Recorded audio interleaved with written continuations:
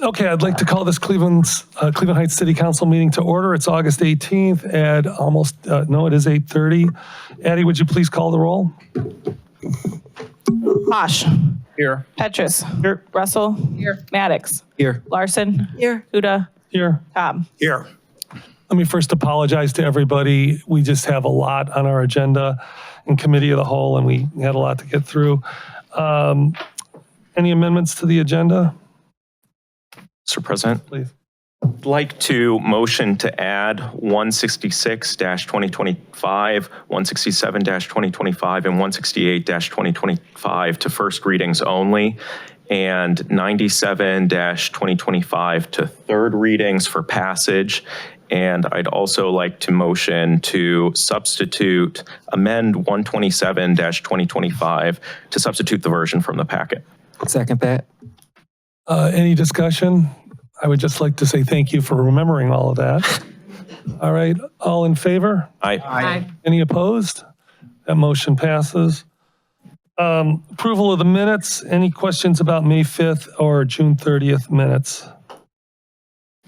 Hearing none, we move on to communications from the mayor, who is not here. So I'll move down to report of clerk of council. Just to report that I have received a notice to legislative authority that all Class C and D retail permits that sell alcoholic beverages will expire on October 1st, 2025. To maintain permit privileges, every retail permit holder must file an online renewal application with the Division of Liquor Control.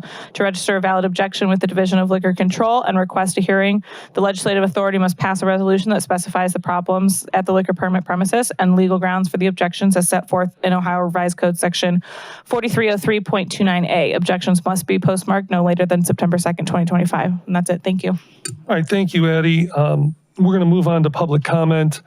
What did you say, 30? Well, we have one for legislative agenda item. We do, okay. We have one. And then, all right, Then- so let's do that first. Lee Chilcote. Please say your name and the street you live on, and then. My name's Lee Chilcote. I live at Minutes. 2322 Delamere Drive, and I will not take much time. I fully understand and appreciate the stress and strains that council is going through right now. I just witnessed it in the committee of the whole meeting, and I appreciate the hard work that all of you are doing. I want to speak to Park Synagogue legislation that you're not introducing tonight from one practical citizen perspective. I've been involved in projects similar to this for almost 52 years, and I've worked with municipalities and so forth. What I want to say to you is that this is one of the most favorable projects from a capital stack standpoint that I have seen. They have $10 million of historic tax credit, incredible. They have a $5 million grant from the Mandel Foundation. They have a $2 million PRI from Cleveland Foundation, and they have $18 million worth of New Markets tax credit, which is worth its weight in gold. My position is that this community needs to put as a first priority economic development projects and raise itself up and take this project. This could be a national landmark. This could be a UNESCO project. This could be a lot of things. But it is Park Synagogue. It is a lot of acreage. I just met the developers tonight. I have no stake in this. I have no interest in this. I'm a citizen in Cleveland Heights. I'm encouraging you to pass this. The deadline is real. You cannot wait until October. You cannot wait till September.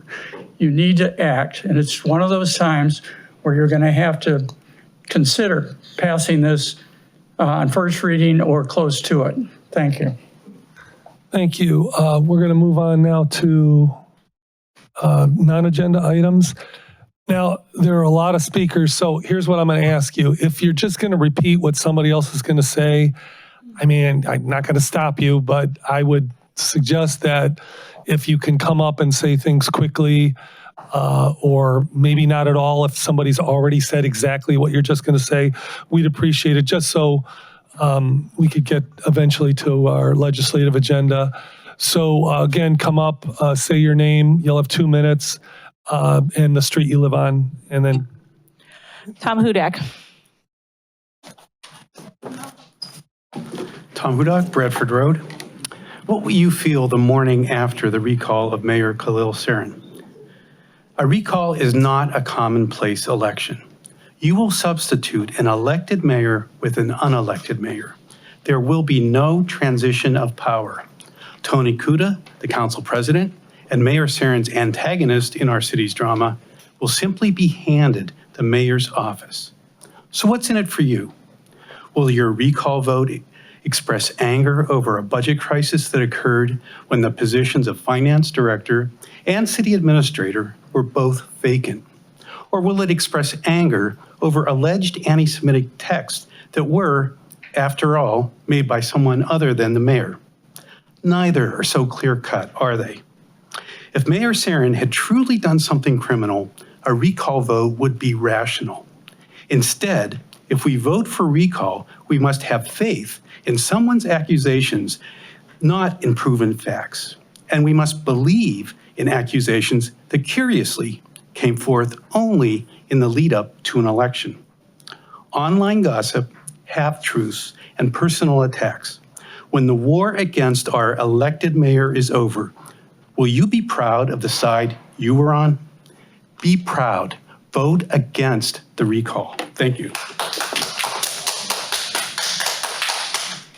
Mr. President, before she calls the next name, I just wanted to let the public know that some of the people meeting or speaking here tonight may not feel comfortable for other issues around what they're speaking for to give their name or their address.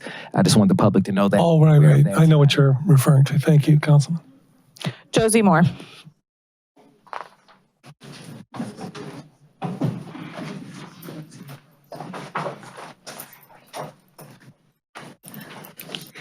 Good evening, Council. I'm Josie Moore, Stillman Road. The upcoming recall ballot measure is one of the most important decisions our city has faced in years because our city is at grave risk if Sarin is allowed to finish his term. The best predictor of future behavior is past behavior, and his record shows us exactly what we can expect if given the time and continued power of the mayor's office. For 3.5 years, City Hall has been marked by chaos, dysfunction, and instability. If this is what we have already endured, what can we expect if the mayor is left unchecked? We can only expect that instability to escalate dramatically, and that the full force of his retaliatory inclinations will harm our city, our city's employees, and our future. Again and again, Sarin has misled the public with falsehoods, equivocations, and semantic sleight of hand. He has used rhetorical smoke and mirrors to denigrate the values our democracy depends upon, disparaging those who demand transparency, accountability, and the empowerment of the people.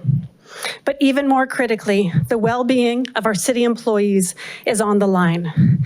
Many people are working under unbearable stress and a toxic environment cultivated by the mayor. Too many staff members feel unsafe, overburdened, and afraid. This is unacceptable. For the sake of our city's employees, we must vote yes on issue 2. Cleveland Heights deserves leadership that doesn't demand special treatment or expect quid pro quo from our city's law enforcement. We need leadership that empowers and supports our very capable staff to do their jobs well, and then publicly celebrates their value accomplishments without taking credit for himself. For our city's stability, for our city's employees, for our city's future, I urge every voter to vote yes on issue 2 to recall Sarin. And finally, I call on City Council to order a full forensic audit of the city's 2024 finances, including a complete breakdown of all financial activities of Kane Park. Susan Efraimson.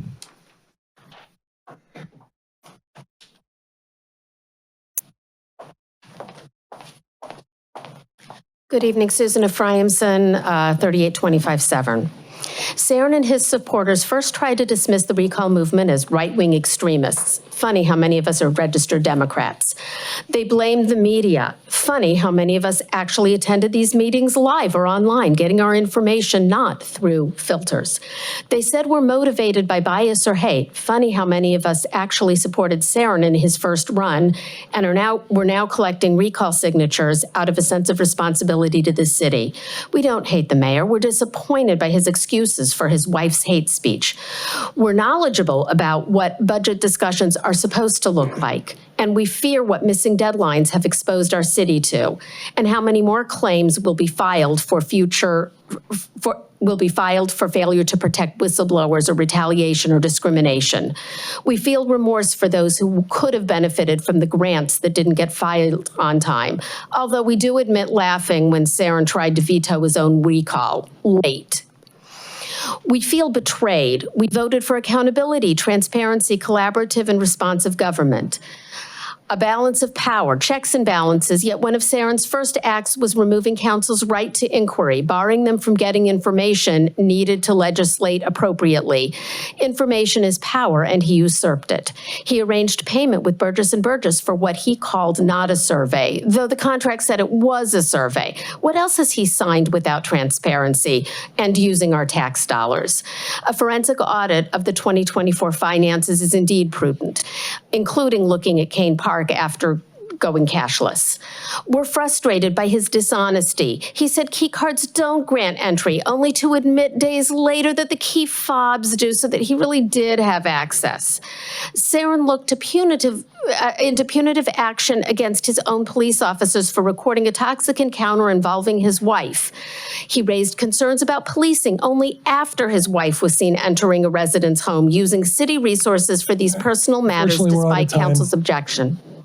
Please join us in voting yes on issue 2. It is necessary to protect our city, stabilize City Hall, and restore trust in government. Thank you. Amy Eugene.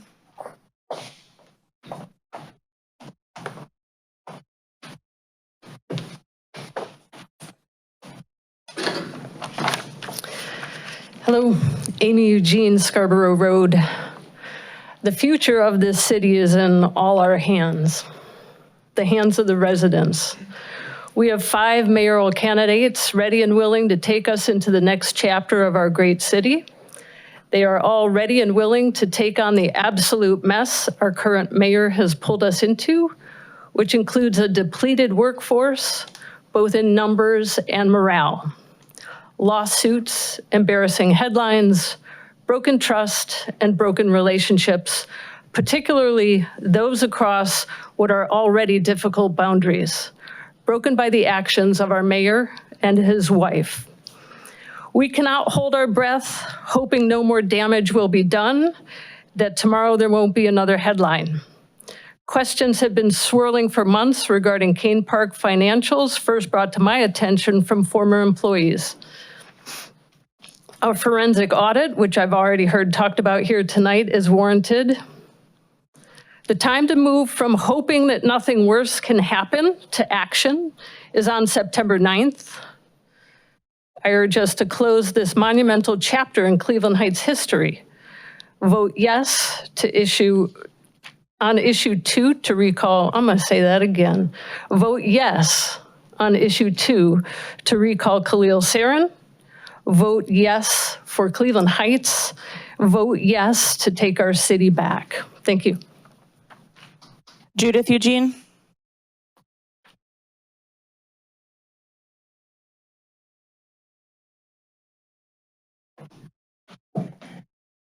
Good evening. My name is Judith Eugene. I live on Hampshire Road.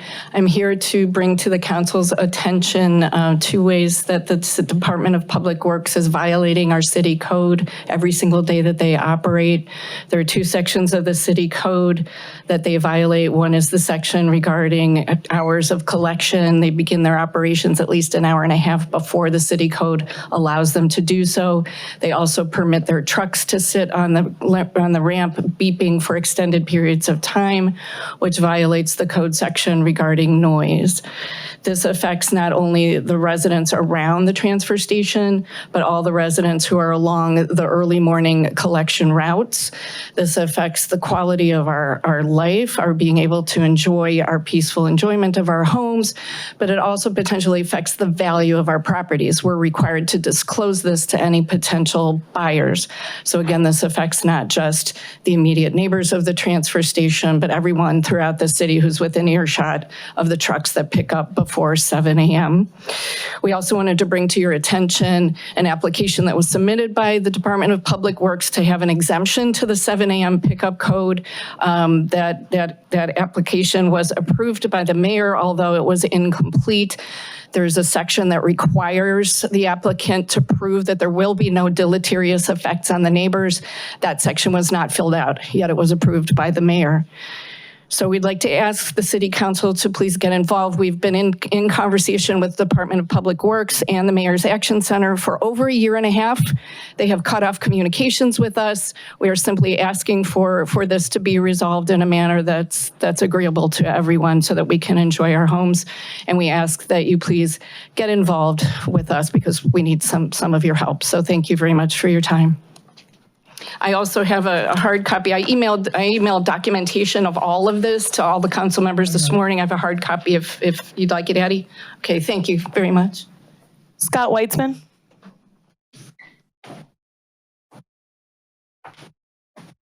Hi, my name is Scott Weitzman. I emailed you all this week regarding the zoning on my house at 2648 Euclid Heights Boulevard. My property, I found out through refinance effort, is rezoned for multifamily rather than single family. I worked with the mayor's action committee for a few weeks in January to try and get this rezoned, and was told that the mayor had to take action on it. I haven't seen any action made. I've followed up with his action committee, and the planning departments have been unable to get any resolution. I lost out on the ability to refinance my house because of this. This issue also affects several of my neighbors. So I would just like to ask you all, what is the problem with rezoning a house or starting the application, and why for 9 months now I've been unable to get an answer from anybody in this government or the city council? I don't have an answer, but could you restate it? The zoning went from what to what? It was single family and went to multifamily. My neighbor nor I got any notification of this rezoning or an ability to petition it. So the two questions I also have are, if this was something recent, in a 10-year, I understand that you have to wait and see if anything happens, but if this is something that's happened in the past 20, 30 years, why is it still something? Wouldn't a decision have been made that this isn't going to work out to be rezoned and provide more dense population? No, I did read your email, and I'm going to make sure, Eddie, I take it you have Scott's contact info. So, let us at least run this by. Yep, I just wanted to come here and get it on. Your address? 2648 Euclid Heights Boulevard. And my neighbors were unable to come tonight, but they also have the same concerns. So. Thank you. Thank you. Yep. All right, thanks. Lita Gonzalez.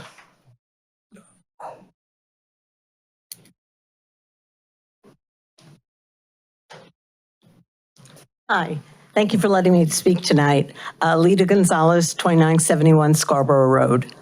Last year, a group of 4th and 5th grade students from Oxford and Noble schools joined with the cadets from the Cleveland Heights Police Academy to try to fix the academy's landscaping. I went back this year when the weather got a little cooler, and it was a mass of thistle. And the thistle is coming from a city-owned property behind the academy that is never cut down, has never been mulched. And it's really, I know your efforts are trying to revitalize this area. And to take these students who spent an entire day trying to make something that the community would be proud of, and to have it destroyed by something that is not our doing. If you go over there, you'll see the whole entire back of the academy is nothing but weeds and thistles. So please be good stewards of your property and the people's property. You can't ask homeowners in that area to be proud of what they are accomplishing, what those students are accomplishing, if we can't take care of our own. There is a way of fixing the problem without heavy pesticides, and I'd be glad to talk to you about that. But it needs to get done. It's going all over. So I thank you. I'm closing for now. Thank you, Lita. Mia Brady.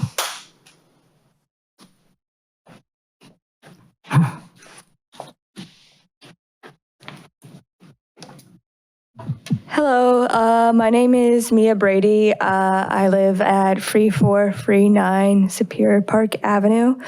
I am here today with Cleveland Heights for Immigrants, and I'm also here today to ask you to do your part in protecting the community here by passing the proposal that would enact a right to counsel for immigrants. Last week, Homeland Security investigations kidnapped 2 individuals on Hampshire Road. Earlier this year, armed federal agents stormed Cilantro, the restaurant, terrifying staff there and kidnapping valued members of our community in broad daylight in the Coventry neighborhood. Across the country, we've seen thousands of individuals have gone missing, families have been torn apart, and hundreds have died in ICE custody. Ohio has actually seen a 200% increase in ICE arrests since Donald Trump has taken office. A recent probe by Senator Jon Ossoff has found 510 credible reports of human rights abuse by ICE, including physical abuse, sexual abuse, mistreatment of pregnant women, unsanitary and overcrowded conditions, and denial of medical care. Recently, ICE has deported a 4-year-old with stage 4 cancer who is a U.S. citizen. And ICE has targeted anyone that they deem as non-American, both citizen and not a citizen. In the face of such humanity, is not enough simply to not participate. One must take action. You have a power to make Cleveland Heights a beacon of light in this country by setting an example, by passing the bill to protect immigrants, by giving them the right to counsel. That's all.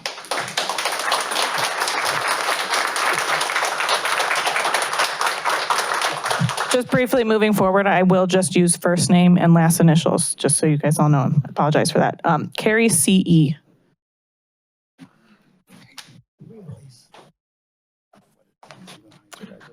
Hi, my name's Carrie. I'm actually visiting you from Chagrin Falls to learn from Cleveland Heights.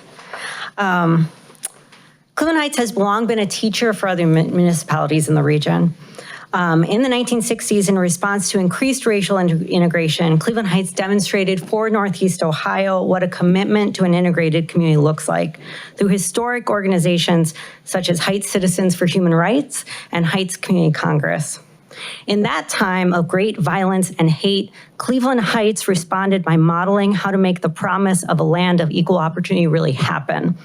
In this moment, Cleveland Heights once again can lead the way for our region, modeling what an anti-racist commitment to equal access to due process looks like. The 5th and 14th Amendments to the U.S. Constitution demand of us that we ensure no resident of our country be deprived of life, liberty, or property without due process of the law. Providing free, accessible legal advice to people at risk for detention and deportation ensures that we all understand our rights, have a fair hearing, and avoid being wrongfully detained or deported. One sobering reality is that immigrants with legal representation are 10 times more likely to win their cases than unrepresented people, highlighting that if local jurisdictions do not proactively protect our neighbors without the thousands of dollars necessary to hire legal help, due process will only apply to the well-off and racially privileged.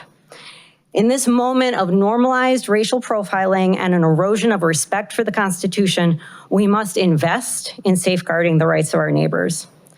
Cleveland Heights has consistently modeled for Northeast Ohio what loving our neighbors in all our differences looks like and requires of us. Please continue to teach the rest of us well by investing in accessible and free legal counsel for immigrants at risk of detention and deportation. And thank you, Cleveland Heights, for how you led us 50 years ago in embracing the promise of America and how all of you are leading us right now. So thank you. Michael C. Thank you, members of the City Council. My name is Mike Corradini. I live on Lamberton Road, and I'm an immigration lawyer, and I'm here representing Cleveland Heights for Immigrant Rights to discuss the urgent need for legal representation for immigrants facing detention and deportation. Unlike in the criminal legal system, there is no right to government-funded legal representation for the more than 3 million people across the country who are facing deportation. That includes families and unaccompanied children. Most immigrants are forced to represent themselves in complex legal proceedings against trained and well-resourced ICE prosecutors despite the life-altering consequences of deportation, which tears families apart and communities apart and threatens to send people to places where they face persecution, torture, and even death. As an immigration lawyer, I've devoted my career to helping immigrants access legal services, and I've seen firsthand the difference that it makes. I've represented asylum seekers who have suffered unimaginable torture and children who've been the victims of horrific crimes, who were able to stay in the United States with their families and communities only because they had legal representation. With immigration detention at an all-time high and community members being taken from our streets, as we've heard, we cannot afford to wait. Cities and counties across the country, including cities in Ohio and including smaller cities like Somerville, Massachusetts and Morgantown, West Virginia, are taking action to fund legal representation. Now is the time for Cleveland Heights to join this movement and help protect our immigrant friends, neighbors, and family members. Even a modest investment will make a huge difference and reaffirm Cleveland Heights as a welcoming and a safe city for all of its residents. Thank you for your time and for your consideration. Edgar Mitchell. Edgar Mitchell.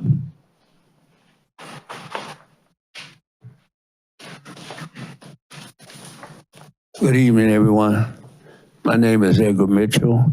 I have 2 addresses in Cleveland Heights. I've been living in Cleveland Heights since 1979.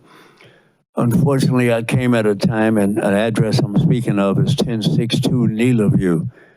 But it wasn't about what's going on with ICE and the mayor and all that different stuff that's happening now. But in my opinion, none of us are original people on this particular part of the earth. So we need to love each other and treat each other good and stop all this stuff that's going on, that where we are hurting people because of their different colors or different nationalities and this and that. If you trace back, I bet you not one of us, black, white, red, or yellow, can say that we were born, that our people came from United States of America. We came from all around this damn world, and we're all here. So let's treat each other like brothers and sisters and get this bullshit over that we going through, okay? I don't mean to sound like that, but I came here because 29 years ago, Cleveland Heights planted a tree at 1062 Neela View in front of that house. And I haven't been up here in a few years, but I've been coming here ever since. The tree has grown and became a monster and has destroyed the pipes underneath the home that bring out the sanitary pipes that takes it to the sanitary sewer and also the storm sewer pipes. So we're having a heck of a time in the home right now. We have had people come out and run cameras through and everything, and they say that all the pipes are messed up. It's full of the roots and stuff from the tree. Now, I've talked to Cleveland Heights about this. They want thousands of dollars to correct this. And I need some help from Cleveland Heights to get this done. I know you're not going to do it tonight because you got a lot of different stuff going on. But I'll be back every time you have a meeting. We're going to get this done some kind of way. Now, I ain't mad with the mayor, I ain't mad with nobody. I just need some help to get this taken care of. And I hope that we learn to live like people should live and respect each other. Thank you. Lynn T.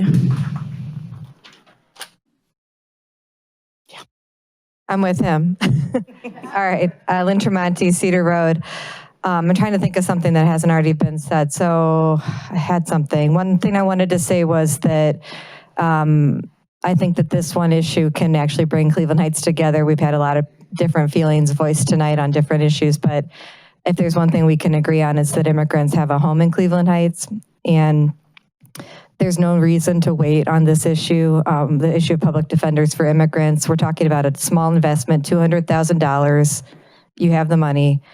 It's a pilot project. We need to get this going. People are being snatched up every day, every week. We know about the 2 folks last week. We also know another one of our friends was taken from an ICE check-in last week.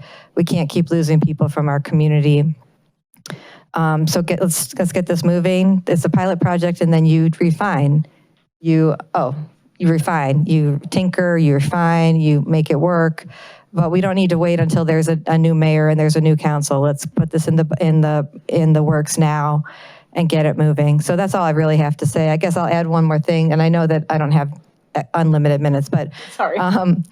In the immigration courts, the government's represented every single time by a trained attack dog of an immigration lawyer who actually gets to collude with the immigration judge, because that judge also works for the Justice Department. They are political appointed people.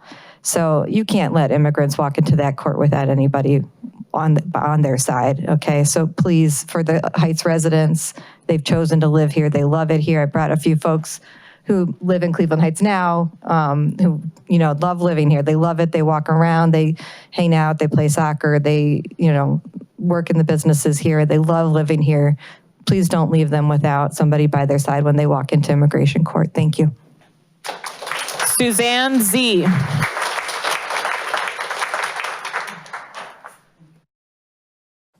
Hello, my name is Suzanne Zilber. I live at 2690 Edge Hill Road, right by Coventry Village, and I volunteer with Cleveland Heights for Immigrants' Rights. Earlier this year, I needed to learn what my Fourth Amendment rights were as I was going to be going to protests. And I'm grateful that I'm now reviewing them repeatedly as part of the immigrant protection efforts of this organization. I feel like this is an example of how protecting immigrants is going to teach us all how to protect everybody in Cleveland Heights. Section 3 of our proposal asks the City of Cleveland Heights to uphold the following rights under the Fourth Amendment. Here are the rights. Immigrants have a right to privacy, including their immigration status and the privacy of their person and home. The Fourth Amendment protects all people, regardless of citizen status, from unreasonable searches and seizures by the government. This means that law enforcement offices may not search, detain, or arrest someone without probable cause or a valid warrant. Probable cause refers to the reasonable belief that a crime has been or will be committed. A judicial warrant signed by a judge has that legal justification. Detaining an immigrant solely on an ICE administrative warrant or request from ICE without probable cause or a judicial warrant violates that individual's Fourth Amendment rights.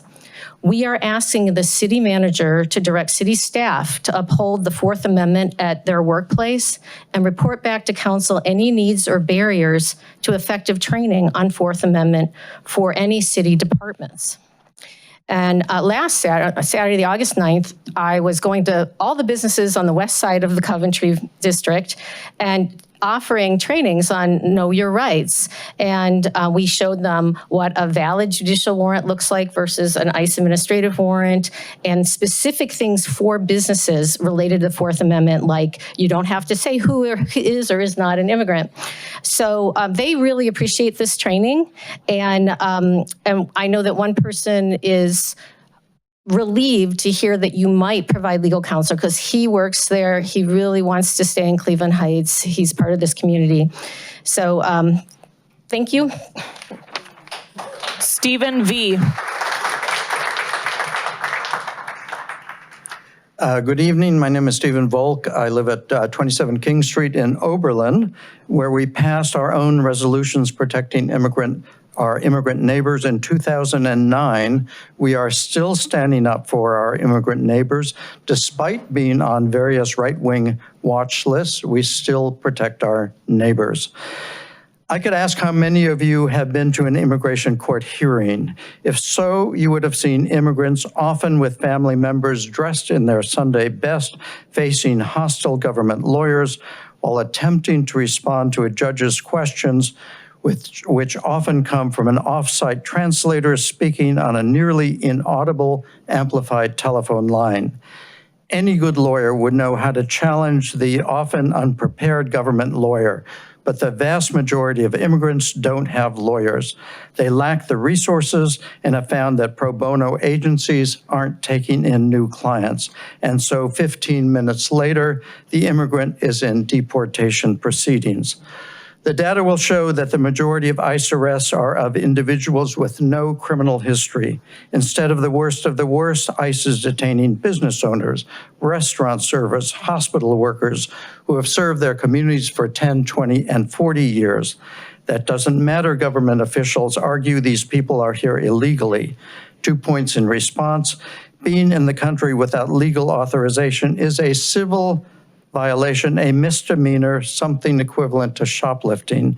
And many, if not most of these currently rounded up are in legal proceedings. Current immigration laws allow individuals to seek asylum in this country. When masked ICE agents crowd the hallways of federal buildings to snatch immigrants attempting to attend required court hearings, they are literally kidnapping people for trying to obey the law. Since day one of his second term in office, the Trump administration has violated some of the most basic civil and human rights available to all persons. These immigrants need legal representation. I urge you to pass this measure. Thank you.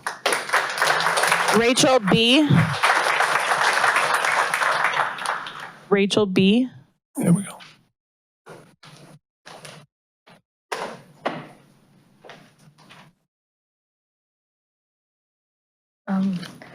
Hi, my name is Rachel Bagath, and I'm a former resident of Cleveland Heights. I am an undergrad student at Case Western Reserve University, and I'm a member of Cleveland Heights for Immigrant Rights. My story in the United States begins with my parents when they immigrated here. They have had the great opportunity to immigrate here from India, and it is the reason why I have the life that I have today. It is the reason why I get to go to college and not worry about being a child marriage bride in India to serve a greater social status that would not have benefited me at all. It is the reason why I get to keep my degree instead of giving it up to serve a family that will not serve me. Being a child of an immigrant means that I hold these immigrant values so deeply to me. And this is why I would like to take time to inform you about Section 2 and Section 7 of our policy for future passage.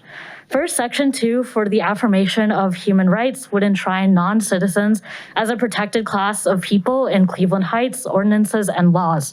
This wording would help make essential social services, food services, and healthcare more accessible to immigrant community without fear of being questioned or deported. Next, Section 7 for the proper identification of law enforcement would require the removal of masks and personal disguises for Cleveland Heights law enforcement along with ICE agents. Our residents have a right to know who the law enforcement is, and which this holds law enforcement accountable to their dehumanizing actions, increases transparency, and preserves the dignity and humanity of our citizens and our community members and residents. So for these reasons, I urge you to look into these sections for future passage. Thank you. Janine G. Janine G. Hello, my name is Janine Gurry, and my address is 1482 Burlington Road in Cleveland Heights. And I'm here to support Cleveland Heights for Immigrant Rights, specifically the legal counsel funding for detained immigrants. And I believe that this proposal is a real opportunity to protect Cleveland Heights community members from imminent raids that we've already seen or have begun to see. Any threat to funding is hypothetical. Council can either take real progressive steps or do nothing out of fear of imaginary threats to funding. This is asking for a moment of courage, and each of you have been placed on this council at this moment to stand for something very special and many issues as well. I encourage you to please consider these acts. Thank you. James Bates.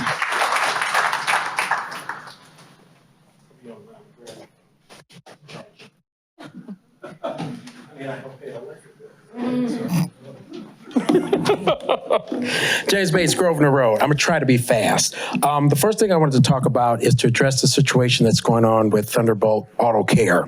I went ahead and took it upon myself, and I'm not a legislator, but to try to draft some legislation that would allow this council to pass and sell a portion of that city-owned property to Jose and Thunderbolt for $1.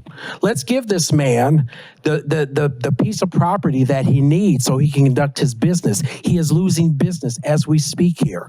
I spoke to him right before this meeting and I shared this with him. So I encourage and I implore each and every one of you, I'll send you a copy of this. You can review it. If you got to send it to Bill Hanna to get it checked out, please do that. But let's help Jose out. I'm sure everybody in this room could get behind that, right?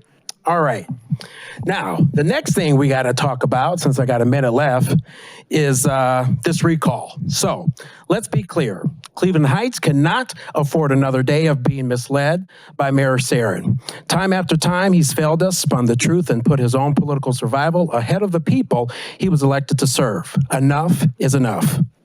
This is about protecting Cleveland Heights. It's about stabilizing our government. It's about demanding leadership that works for us, not against us.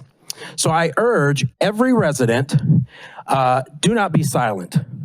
Do not let fear or excuses keep us locked in the same broken cycle.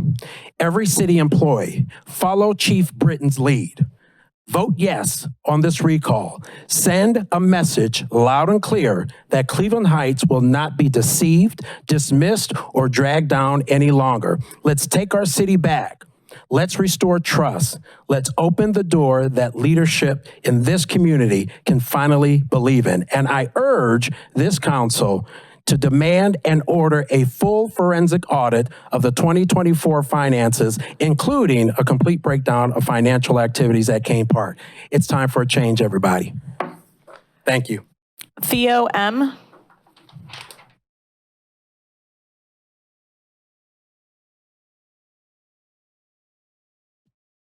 Hello, I'm Theo. I live on Mayfield Road.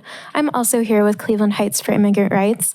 I'm a Cleveland Heights resident and also a social worker in this area. So I work daily with people who experience injustices and oppression based on things that they had no control over. I'm not going to reiterate things that people already said, but I did want to point out that 3 more of our neighbors were deported from Cleveland Heights last week. So when we're here talking to you, this is not It's not simply ideology. We're not simply standing up for a point that doesn't have people behind it. We are here because there is real urgency facing these people who are facing life-changing and potentially life-destroying events in their lives. I think at times like this of fear and uncertainty, it's easy to feel powerless because of how huge these issues are that are in front of us. But we do have power to help our neighbors. We have power to help each other. And I think these smaller, lower level changes where we can make a difference for our city will have ripple effects and make a difference for our country. Tom J. Tom J.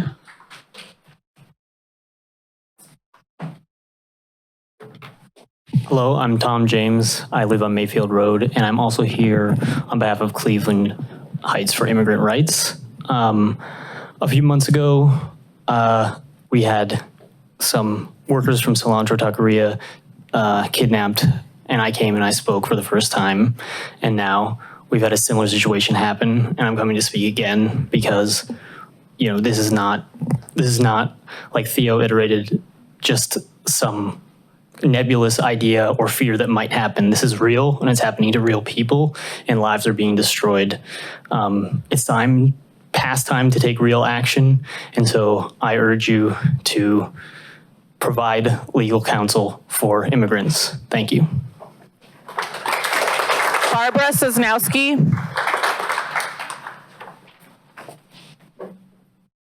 Mayor, City Council.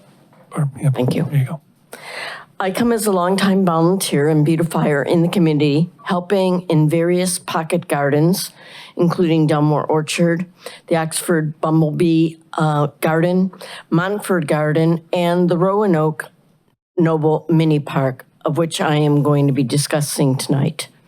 That space has recently, and not for the first time, had vandalism that has caused harm both to the Little Free Library built and installed by my brother and I, and the 2 picnic benches purchased, assembled, and waterproofed by community members. It did receive, I came back and had a police report, and I believe there's 2 police reports on that. So just so that you know. The 2 benches were made unstable first, and the top pieces were destroyed and dislodged and then set afire. So the bracing, it has been weakened, and now it's so tilted and uneven that it's really not possible to sit on them anymore. I have and continue to have asked for lighting in the past because I have been taking care of this space since 2014. And as far as lighting and cameras, that is for the safety value. We have had different Noble Neighbors studies and also discussions in different neighborhood conversations. And always it gets brought up, and this is a small ask so that we can have some cameras and some lighting so that the people can feel safe. Okay, thank you. Mr. President, Yeah. just for clarification, I got to ask this question. Did all of this happen at the same time? Are you talking about an escalating set of events? I just No. because I was just over there and I'm. The last ones were just within a 2-week period. I was gone for 2 weeks, so I could not give it.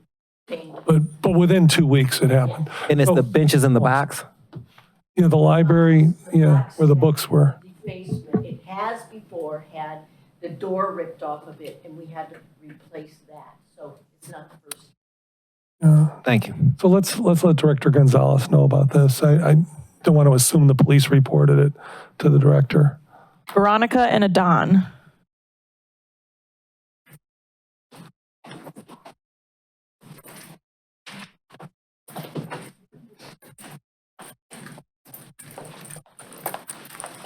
Hello, my name is Adon. I live on Mayfield Road. I'm speaking on behalf of Veronica. She had a statement here that she had written up in Spanish in her original language that I will be giving it a translated version of for her sake.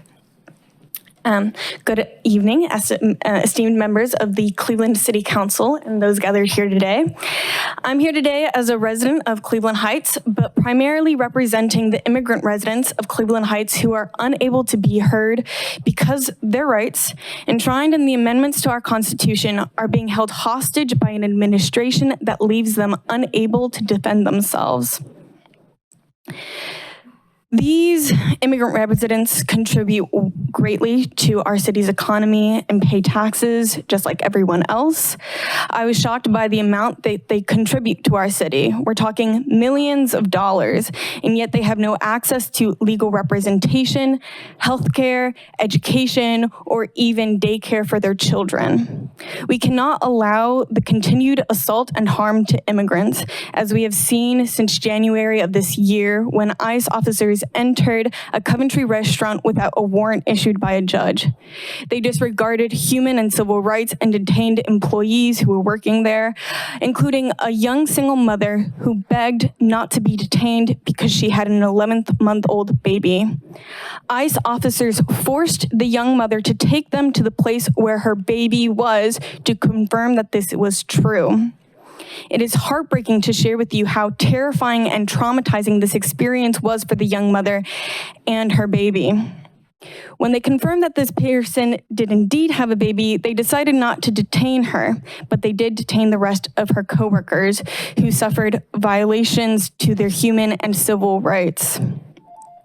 As a result of, oh my gosh, that is just one story of many that I can tell you where people are traumatized living in your city because of ICE officers. Thank you. Jamie H. Jamie H.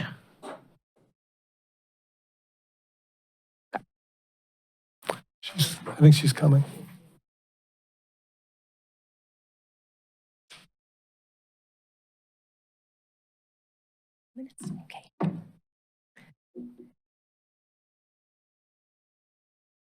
My name is Jamie Hickner, and I live on Edge Hill Road, 2900 Edge Hill Road.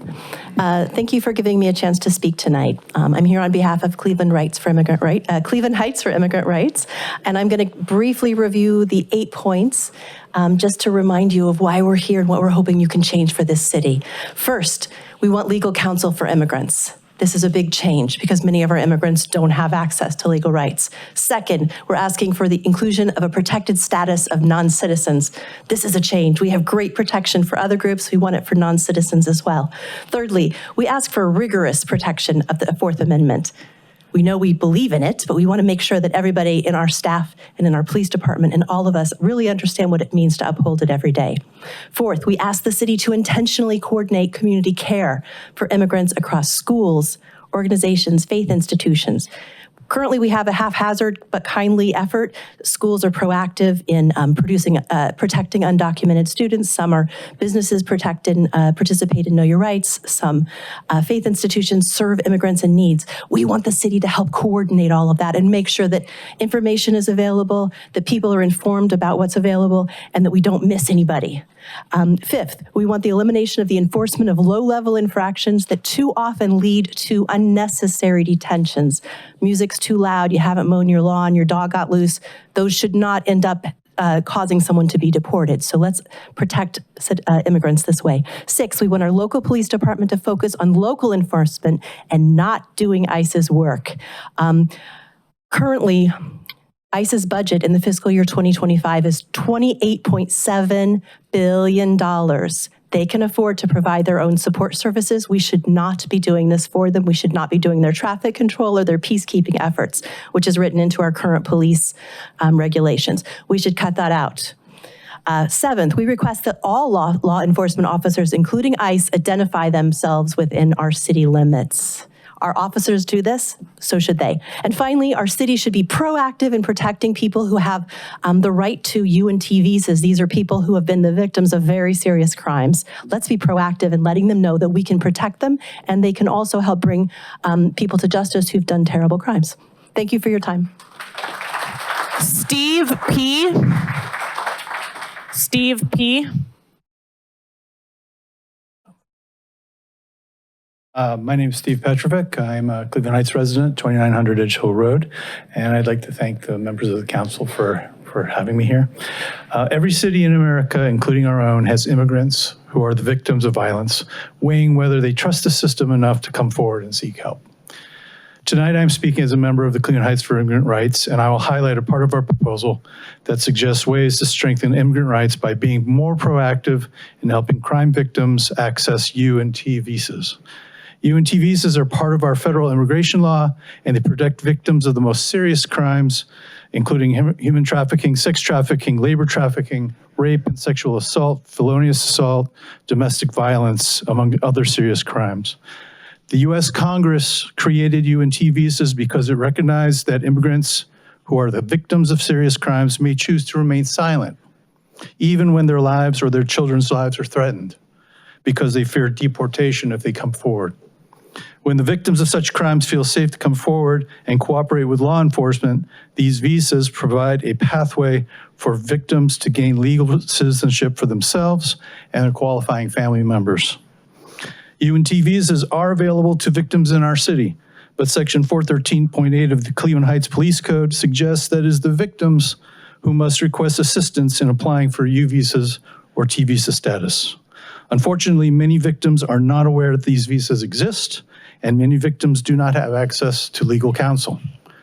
The city of Cleveland Heights can be more proactive with the UNT visa applications by educating the public that these visas exist and who qualifies, by providing outreach to individuals or communities that may qualify, and by actively offering assistance when it becomes clear that a victim qualifies. By being more proactive, we will protect the victims of these serious crimes and also strengthen public safety. Thank you very much. Sophia P.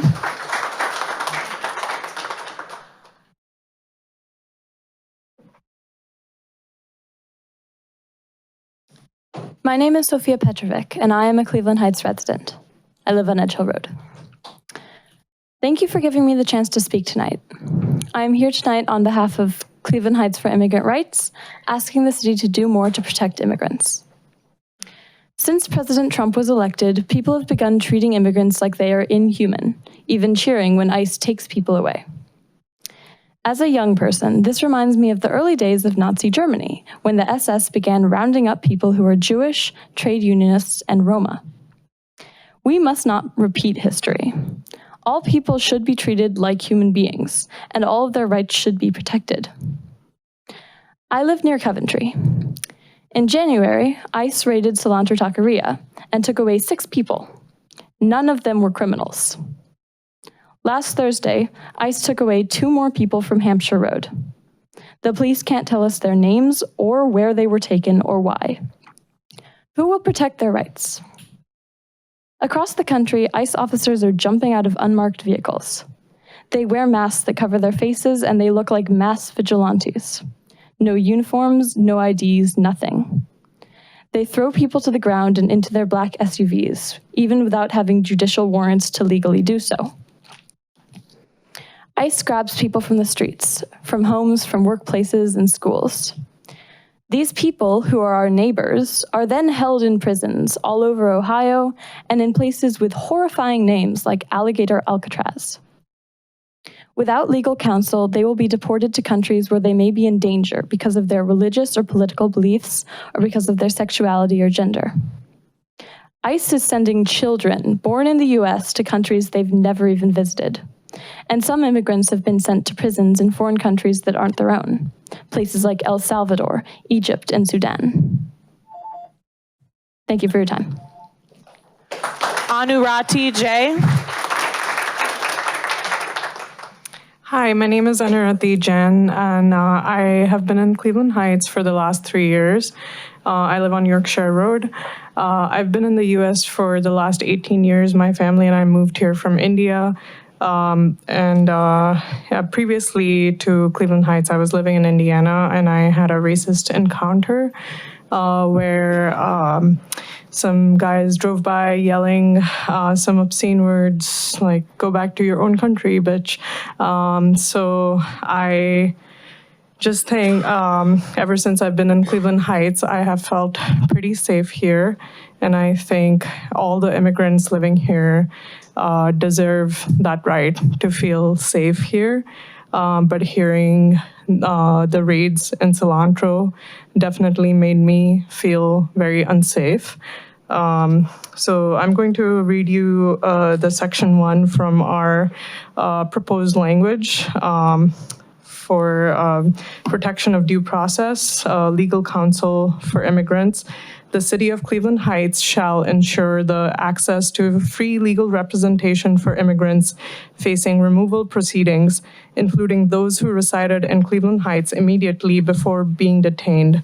The city will adopt a pilot project adopting a universal representation model in which a limited number of immigrants facing removal proceedings will have access to legal representation regardless of their ability to pay or likelihood of relief. The pilot project shall last for 2 years, after which the city will evaluate whether to expand and continue the program. During the pilot program, the city may contract with a lead partner organization as a subcontractor, which has the capacity to establish and implement a program to provide access to legal services for immigrants facing removal. Immigrants facing removal will receive access to legal services from designated organization, basically hosting bi-monthly legal orientation sessions and free immigration screenings, supporting referrals to vetted pro bono. Your time is up. Okay. Yeah, we should just protect all the immigrants from ICE. Thank you. Barbara A.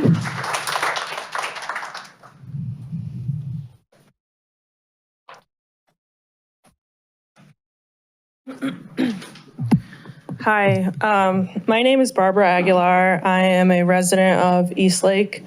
I'm here today to support Cleveland Heights for Immigrant Rights. For the last 10 years of my life, I have been married into an immigrant family. I've had the privilege to meet some of the best people I've ever known by becoming part of a community of people who migrated to this country in hopes of living a fair and just life. I have met hundreds of migrants from all over the world. All of them work hard for their lives and community. They own homes, businesses, vehicles, and other assets. They work at jobs where they are irreplaceable. They have friends, family, and children who are part of our communities. Right now, these people are scared to live their lives. They're selling their homes, their businesses, and leaving their jobs to self-deport because even though they have been here legally through channels that have always been accessible to them, at this time, they have no guarantee of safety. Being pro-immigrant is a positive economic position for this city, our state, and our country. Can you even imagine leaving your country, all of your friends and family, all of your belongings to come here to the United States, and many years later now, having to restart all over again? These immigrants pay taxes and contribute to our cities and country. If you're familiar with our immigration system here in the US, then you already know that those TPS holders, asylum seekers, DACA, and many more do not have pathways to citizenship. Migrants have built this country. They built this city here, Cleveland Heights. And they deserve to know that they are treated fairly and that they have the support of the communities that they pour their blood, sweat, and tears into. Pass our proposal for legal counsel for immigrants and stand firm that we believe in this great country, that everyone is guaranteed rights to due process and to have legal representation, as we are all called to love our neighbors and respect everyone's right to life, liberty, and their constitutional rights in this country. Cleveland Heights, your community is counting on you to lead the way in restoring justice in this country. If you can do this, others will follow. It is time to set an example and lead with love and justice in mind. Quentin Y.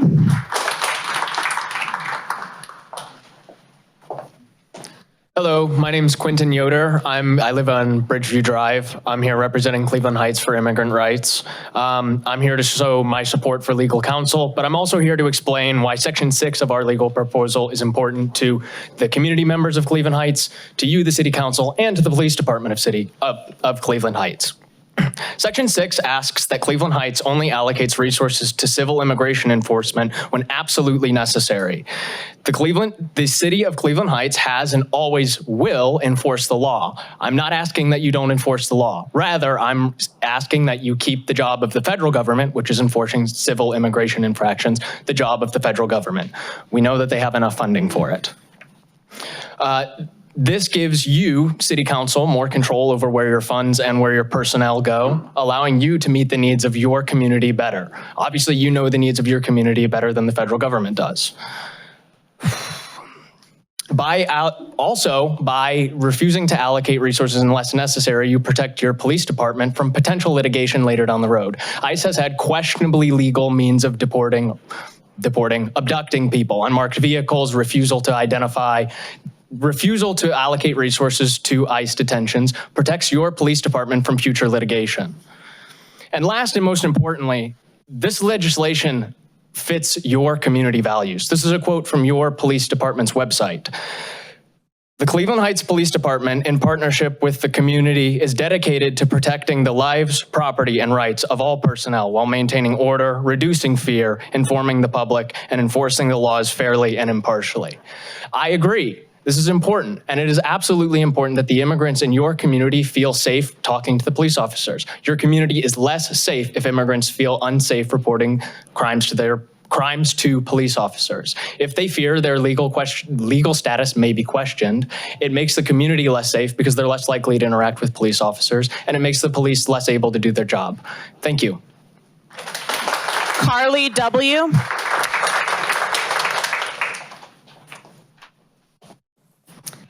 Hi, Hi, my name is Carly Whitaker. I'm on Sylvania Road. I first want to say thank you to members of City Council who met with us and agreed to put this proposal on your committee of the whole agenda today. So I'm here primarily, I really want to urge you to pass the number one, the legal counsel. That is our number one priority. And all of you who have received the full 8-point proposal, but I'm here just to focus on bring your attention to sections 4 and 5. So section 4 of our proposal is about family and youth support. We're asking you to coordinate with the schools, including the Cleveland Heights, University Heights School District, parochial schools, private schools, faith communities, and community-based organizations to provide services and support for our immigrant families and youth. We're asking you to do this because they're under tremendous stress right now as they're facing potential trauma. And we need to have the resources they need to remain resilient for what is going through with these threats of detention and deportation. So we're asking you to help coordinate those resources. Section 5 is about ending harmful enforcement of low-level infractions. So we're asking the city, within the 90 days that you might pass this resolution, to conduct a review of your Cleveland Heights Code of Ordinances in order to see if there are any revisions that might be made to lower the penalties for nonviolent infractions in order to decriminalize those infractions, reduce incarceration, and then reduce monetary fines. We do this in part primarily because if you decriminalize low-level infractions and you provide alternative consequences, that actually will help prevent people who might have been detained or deported for having a criminal record. So if we are able to reduce the low-level infractions, that can help protect our community. Oh, I'm sorry. I will end. Thank you very much. Jugnu S. Jugnu. Coming. Good evening, council members. My name is Jugnu Shrestha. I live on Bradford Road in Cleveland Heights. I'm also talking today about the proposal to legal counsel for immigrants. I'm going to be brief since the speakers before me have already mentioned a lot of great points regarding this. I just want to say that I came to the U.S. when I was a child. I was an immigrant. And even as a legal immigrant, it was such a difficult process, echoing what the immigration lawyer before me had said. The whole process is so convoluted, it's so confusing, and I can't imagine what the immigrants now, the illegal immigrants, the asylum seekers, they're having to deal with, having to go through this process without any kind of help or resources that I may have received when I was a child coming here. I think that they need help with the legal counsel in order to help them navigate the situation. And not only the asylum seekers and the immigrants, but we really are reaching an unprecedented time here where even people without, that people are being just taken off the streets without any kind of reason. The ICE officers, like the way they become an officer is such a ambiguous way that they can become an ICE officer. I just feel like we all need to be kind of concerned that people are just being snatched up. So, yes, thank you. Christopher Wood.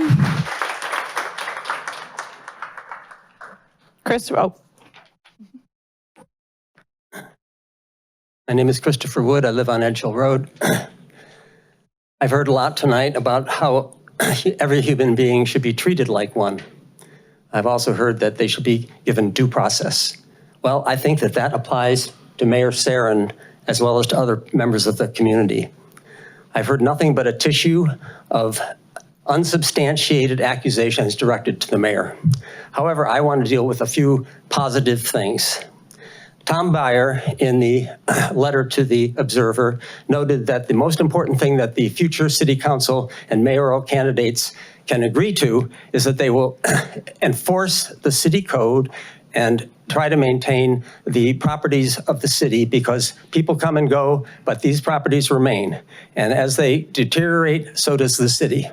Well, for many years, under a city council, city manager form of government, the city manager, with council approval, outsourced the very important function of housing inspection. It took a Mayor Sarin, to bring housing inspection back into the city and to hire more housing inspectors. So in spite of all this, basically a witch hunt, which is this recall effort, which is nothing but a witch hunt. And at the end, I would just like to say, free Palestine. Jose Quiles.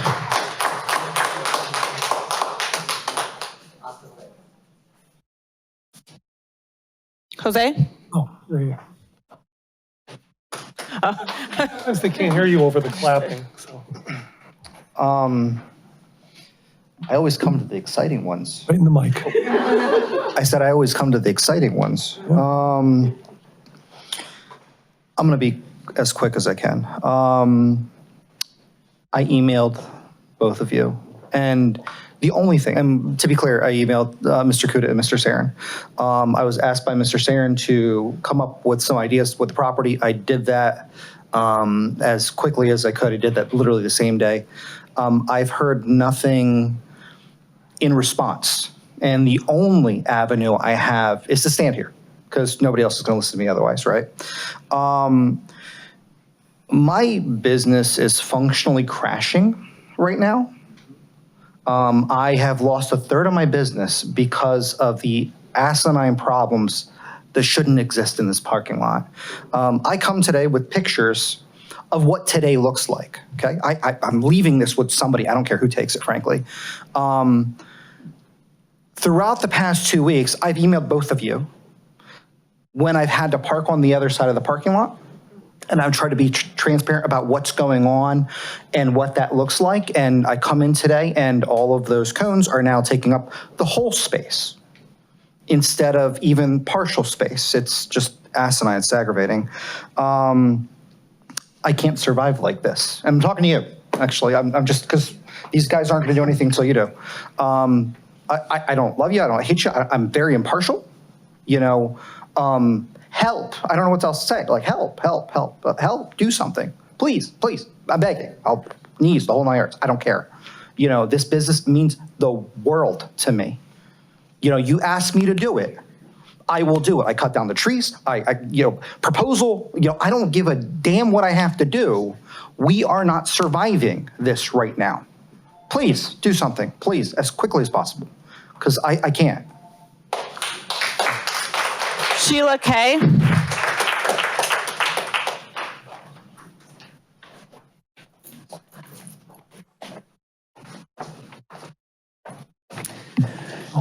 Hello, my name is Sheila Keller. I grew up at 1521 Wood Road, and I live at 1519 Wood Road. Went to Noble School, Monticello, Heights High. I am a Cleveland Heights resident. I am made by Cleveland Heights. I was raised hearing about our values, about our history, about our fight for desegregation, for integration, about a value of racial justice. And we're here tonight, you've heard from a lot of wonderful people. We are the people of Cleveland Heights, and we believe in immigrant rights. And I know a lot of you on council do too. But what we need to do is take action to put those values into reality. We have shared with you an 8-section proposal that we took a lot of time to research, to talk to people around the country. We're presenting you with a gift. This is an opportunity that we're supporting you on. How often does that happen? That you can take a stand, you can lead the way and not wait for other cities to lead the way in a red state like Ohio, in a country right now that is terrorizing human beings. So we're asking you to pass legal counsel for immigrants. We have spelled it out for you. We have given you a monetary amount. We've made it as much as possible a plug and play so that it would be offering to a legal counsel that we have ready and lined up to work with you, who lives here in this community. Of course, you'd have to go through an RFP process, but Everything is laid out for you. This is an opportunity to live our values and to be who I was raised hearing we are. So please, quickly, before another person is deported in our community, please take action.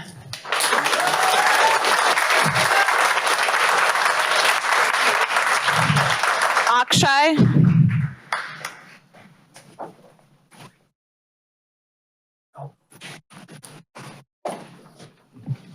Good evening.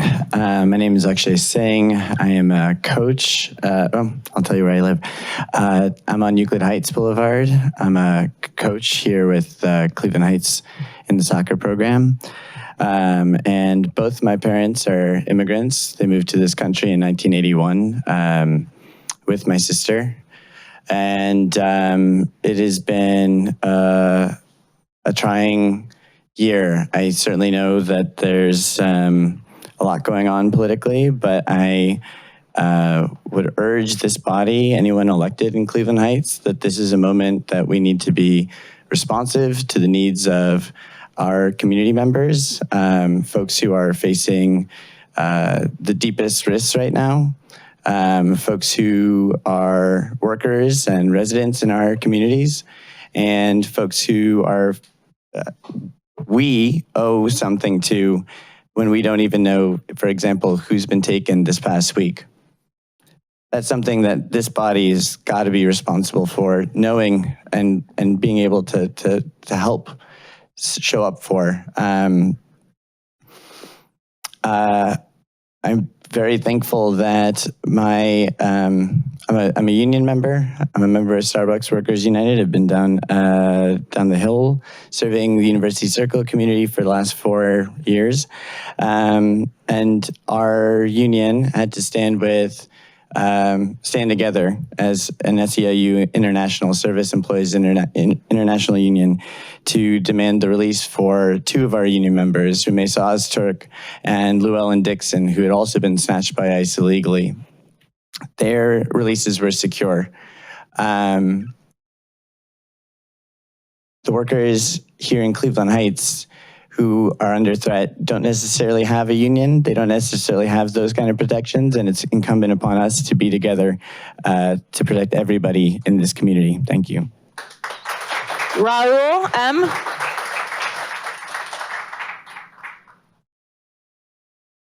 Hi, council members. My name is Raul Montejo. I live on Princeton Road in the Royal Heights. I'm here with Cleveland Heights for Immigrant Rights, and we've covered a lot. I won't repeat too much, but I'll share my story. So in the mid-20th century, my grandparents sought a greater future by moving to the United States. That opportunity has blessed my family in countless ways. Today, I choose to live in this city that has long prided itself on fairness and human dignity. At a time when we see regression and fear-mongering nationwide, Cleveland Heights has the chance to lead with courage. Not to wait until more families are torn apart, but to act now and set the example that other cities can follow. The Constitution is clear. Due process is not just for citizens, but for all people. The 5th and 14th Amendments state plainly that no person shall be deprived of life, liberty, or property without due process of law. Yet in immigration court, many of our neighbors face trained government attorneys while they stand alone without counsel. The stakes couldn't be higher. Families are being separated. Livelihoods are being torn apart. And immigrants with counsel are more than 10 times more likely to win their cases than those without. Counsel means fairness, dignity, and a true chance to be heard. The model we propose is strong. It brings in expert immigration attorneys, provides free screenings, multilingual education, referrals, and builds local capacity. But let's be clear, our primary goal today is to guarantee the right to counsel for our immigrant neighbors. These additional supports make the model even stronger, but the heart of this initiative is ensuring no one has to face deportation proceedings alone. I urge council to take initiative and show courage. Cleveland Heights should not wait until things get worse and more people are harmed. We should be remembered as a city that stood up for due process, equal protection, and human dignity when it mattered most. Thank you. Joseph P. Joseph P.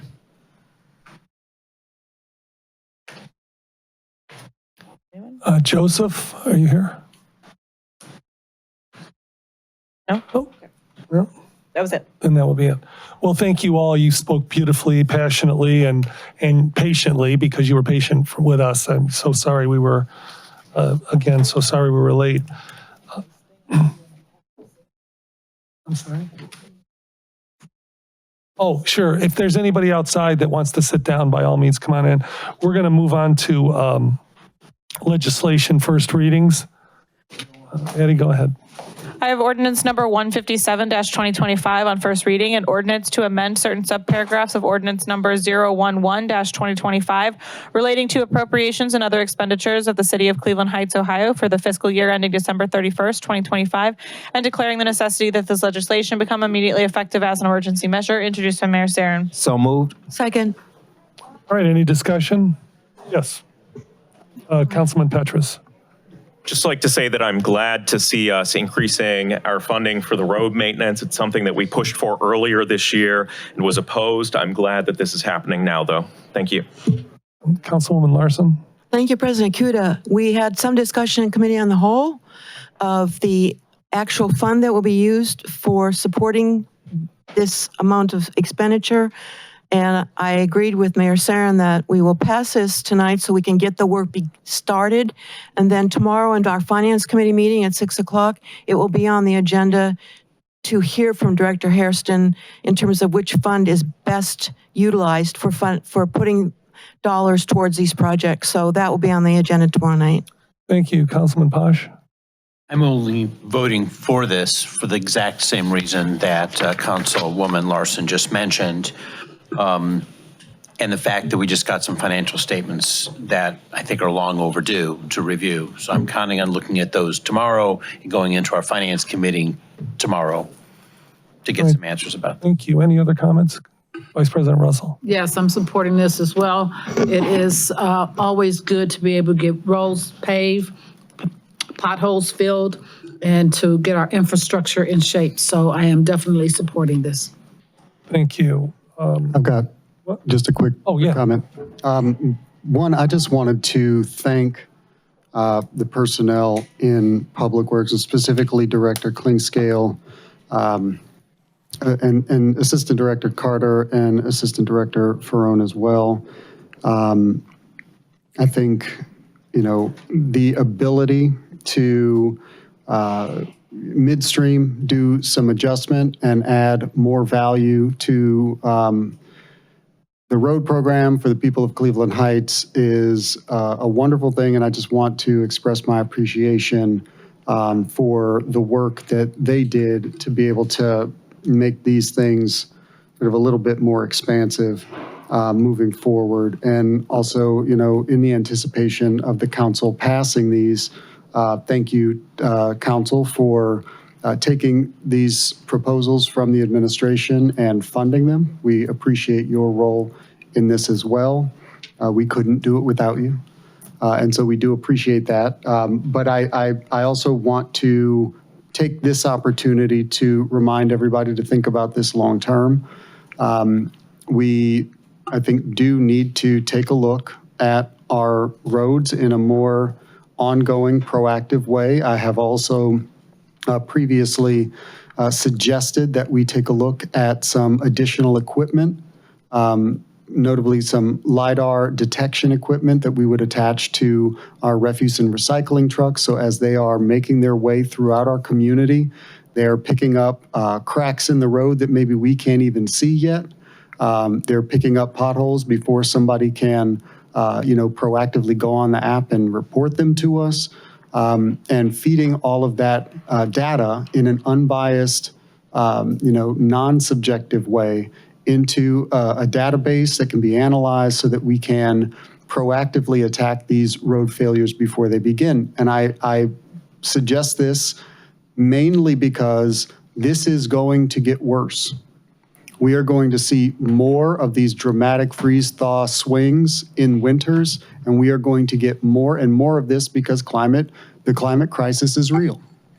And we are experiencing it right now. We experienced it last winter in a way that we never have before. And I think that the people of Cleveland Heights see the results. They don't necessarily understand the causes. But it's going to get worse in all likelihood. And in response to that, we need to adjust how we do this work. And one of those ways is to be more proactive in detection. I've brought back crack sealing into the road program itself when, for a time, it had apparently been brought in-house to do on a spot basis, an ad hoc basis. And when I realized that, I determined that we needed to bring it back so that we can protect the longevity of the roads that we are resurfacing. So this is a more long-term. We're doing this right now. We're making some change orders, and thank goodness we're finally going to get a completely paved North Park, which is lovely, after this sewer project, is completed. But long-term, we do need to increase the amount of road funding that we put toward this road program every year. We need to do it in a thoughtful way and in a way that is egalitarian, not subjective. Because again, we're going to see more and more of this, especially as the city of Cleveland continues to replace lead lines and water mains that are, as old as dirt are breaking and need to be replaced. These things have an impact. They will continue to. So thank you for this, but I hope that this council keeps in mind increased road funding for the future as well. Sure thing. All right, all in favor? Aye. Any opposed? That motion passes. Next, I have resolution number 158-2025 on first reading. A resolution authorizing the mayor to enter into an agreement with GPD Group for construction management and observation services relating to the 2025 road program and declaring the necessity that this legislation become immediately effective as an emergency measure, introduced by Mayor Sarin. So moved. Second. All right, any discussion? All in favor? Aye. Any opposed? That motion passes. Next, I have resolution number 159-2025 on first reading, a resolution authorizing a change order to the agreement with Roniak Paving, Inc. as general contractor for the 2025 road program and declaring the necessity that this legislation become immediately effective as an emergency measure, introduced by Mayor Sarin. So moved. Second.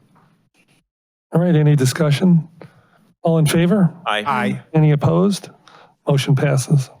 Next, I have resolution number 160-2025 on first reading, a resolution authorizing a change order to the agreement with Fabrizi Trucking and Paving Co., Inc. as general contractor for the North Park SSO project and declaring the necessity that this legislation become immediately effective as an emergency measure, introduced by Mayor Sarin. So moved. Second. Any discussion? All in favor? Aye. Any opposed? Motion passes. Next, I have resolution number 161-2025 on first reading, a resolution authorizing the mayor to enter into an agreement with Dr. Arnold J. Feltoon to provide medical control services for the city of Cleveland Heights, Ohio jail facility, and declaring the necessity that this legislation become immediately effective as an emergency measure, introduced by Mayor Sarin. So moved.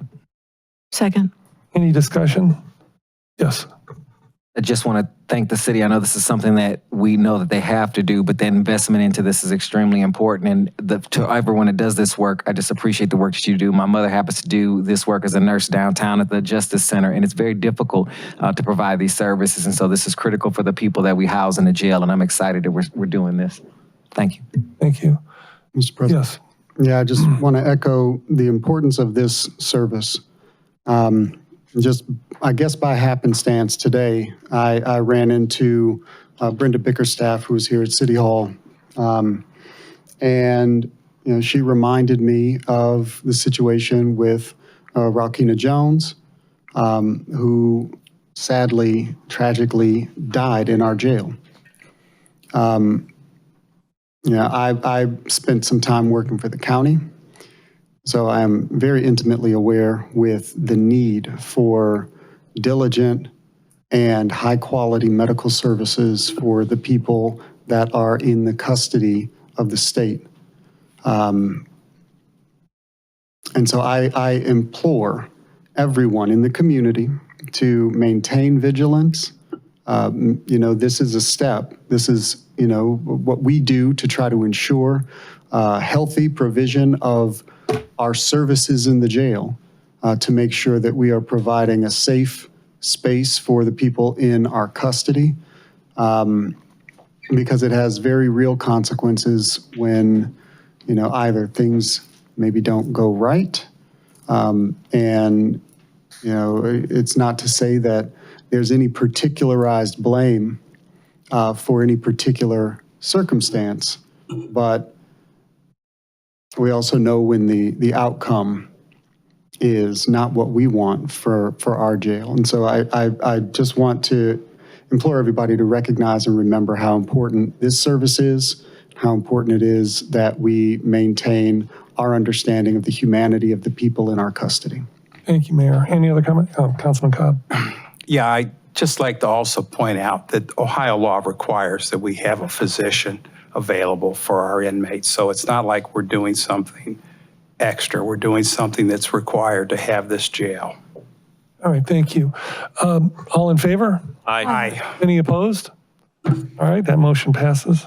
Next, I have resolution number 165-2025 on first reading, a resolution providing for a contribution in support of the 2025 Cleveland Heights Happy 5K, 10K, and Fun Run, and declaring the necessity that this legislation become immediately effective as an emergency measure, introduced by Councilmember Petrus, Vice President DeVita Russell, and Councilmember Anthony Mannix. So moved. Any comments? Go ahead, Councilman Petrus. Thank you, Mr. President. This is my fourth year helping with the organizing of the event. Last year, we had a great turnout. Very grateful to our city council for sponsoring the event last year so that we could have an after party for folks. And so I hope that we'll be able to get support again this year for the event. So thank you. All right, anybody else? All right, all in favor? Aye. Any opposed? Okay, that motion passes. Now, first reading only. Correct. I have resolution number 166-2025 on first reading, a resolution authorizing and directing the mayor to execute an agreement with ETC Institute to design and administer a survey to gauge the overall satisfaction of the residents of the city of Cleveland Heights, Ohio, introduced by Councilmember Posh. All right, thank you. Second readings? Nope, we got more. 167 and 168. My bad. I have ordinance number 167-2025 on first reading, an ordinance authorizing the mayor to execute an agreement with Park Landlord LLC for a commercial development loan in the sum of $1,250,000 to fund improvements for the real property located at 3300 Mayfield Road, permanent parcel numbers 684-34015, 684-34014, and 684-35025. And more commonly known as the Park Synagogue campus, and declaring the necessity that this legislation become immediately effective as an emergency measure. And I have ordinance number 168-2025 on first reading, an ordinance authorizing the mayor to execute a grant agreement with Friends of Mendelssohn in the sum of $750,000 to fund trails, walkways, sidewalks, site lighting, and landscaping improvements to real property located at 3300 Mayfield Road, permanent parcels numbers 684-34015, 684-34014, and 684-35025, and more commonly known as the Park Synagogue campus, and declaring the necessity that this legislation become immediately effective as an emergency measure, introduced by Mayor Sarin. All right, let me just ask the law director, did we discuss this in committee of the whole? Thought you guys had President, I discussed. don't think that's a question for me. Well, okay. I was not under the understanding that they were being added to the agenda tonight. Were they added to the agenda at the beginning of the meeting? Yes. Okay. I'm sorry, at the beginning of the meeting? Yes, during amendments to the agenda. Okay. But that's purely a council determination. Yeah. Okay, I just don't remember that. I read what Addie's. Well, anyway, second readings? Yeah. Added 160. Go ahead, yes. Mr. President, for clarification, at the beginning of the meeting, I motioned to add 166, 167, 168, and 97 to the agenda. You're right, and I'm sorry. You did do that, and I remember that now. Thank you. Second readings? I have ordinance number 152-2025 on second reading, an ordinance authorizing the mayor to execute a subordination agreement with People's Bancorp, Inc. to subordinate the city's mortgage on the real property located at 12426 to 12438 Cedar Road, permanent parcel number 685-26-004, and owned by Cedar Grandview Company, and declaring the necessity that this legislation become immediately effective as an emergency measure, introduced by Mayor Sarin. So moved. Well, that's... Oh, the second reading. Oh, we are voting on this, yeah. Yeah. Is there a second? Second. All right, any discussion? All right, I see Mr. Russo's here. All in favor? Aye. Any opposed? Motion passes. Third readings? We have two. First, I have ordinance number 127-2025 on third reading, an ordinance creating a new chapter 1373, exterior walls and appurtenances, parking garages of Title III local provisions of Part 13 Building Code of the Codified Ordinances of Cleveland Heights to include standards and provisions to regulate the structural integrity of building facades and garages within the city. Introduced by Mayor Sarin. Excuse me. So moved. We have a second? Second. All right, thank you. Is any discussion? All right, all in favor? I believe we need a amendment by substitution for this one. Oh, yes, this is 127, yes. Mr. President, So, yes, go ahead. I motion to amend or to substitute for the version labeled amended 8/11/2025. All right, do we have a second to that amendment? All right, and any discussion? All right, all in favor of the amendment, please signify by saying aye. Aye. Any opposed? The amendment passes. Now vote on the Now we'll vote on the adoption. adoption legislation. Oh, I have a motion in a second. okay, all in favor? Aye. Any opposed? That motion passes. Next, I have resolution number 097-2025 on third reading, a resolution expressing support for the Prentice Place Transitional Living Facility for Homeless Women with Children project and declaring the necessity that this legislation become immediately effective as an emergency measure, introduced by Vice President Russell. So moved. Second. All right, any discussion? Sure. Okay. I need an amendment on this one, amend by substitution on this one as well. I would make a motion to amend resolution number 97, 2025, amended by substitute 8/18/2025. Second that. All right, any discussion on the date change? All right, all in favor of the amendment? Aye. All right, any opposed? All right, and now voting on the legislation. Any discussion? One thing, Yes. just Mr. Ivory, congratulations in advance. Councilman. Excited to see this project go through. Thank you so much for your patience and everyone that has put this through for Cuyahoga County to continue to help to partner with this and take the lead on it. And thank you for bringing this into the community. And I'm looking forward to hearing the impacts of what's going to happen next with this. This is one of these investments that I think is going to make a huge difference. Thank you. Thank you, Mr. Ivy, for bringing it forward. I look forward to the partnership. I also want to thank the mayor for jumping in there and helping us determine what line item this amount was coming out of. And so that helped move this legislation forward for today. So I apologize for you coming every meeting, but it's finally done. And I thank council for supporting it as well. Thank you. Thank you. Anybody else? Mr. Ivory, again, thank you for your patience. And this is the best thing government can do is help people. All in favor? Aye. Any opposed? That motion passes. Now we're down to the consent agenda. All right, we've got 3 on consent agenda tonight. I have resolution number 162-2025 on first reading, a resolution recognizing September 2025 as Suicide Prevention Month and declaring the necessity that this legislation become immediately effective as an emergency measure, introduced by all city council members. Just, Mr. President, I knew she was going to mention this, and anytime this is mentioned, I just want to let people know that there's absolutely a hotline that they can call anytime that they're having any emotional issues or they want someone to talk to. They can also text 988 to reach someone at the Suicide Crisis Hotline. I just didn't want to bring this up and not also address that. Please know that you are important, you are loved, and you are thought about. If you just need to have a conversation with someone, they are always available. Again, you can text 988 to reach someone at that Suicide Crisis line. Thank you. I have resolution number 163-2025 on first reading, a resolution proclaiming October 19th through 25th, 2025 National Lead Poisoning Prevention Week and declaring the necessity that this legislation become immediately effective as an emergency measure, introduced by all city council members. And finally, I have resolution number 164-2025 on first reading, a resolution recognizing September 2025 2025 as National Service Dog Month in the city of Cleveland Heights, Ohio, and declaring the necessity that this legislation become immediately effective as an emergency measure introduced by all city council members. All right, can I have a motion to suspend the rules? So moved. All right, do I have a second? All right, very good. It's been motioned and seconded. All in favor of suspending the rules? Aye. Any opposed? The rules are suspended. Now we'll move for adoption. So moved.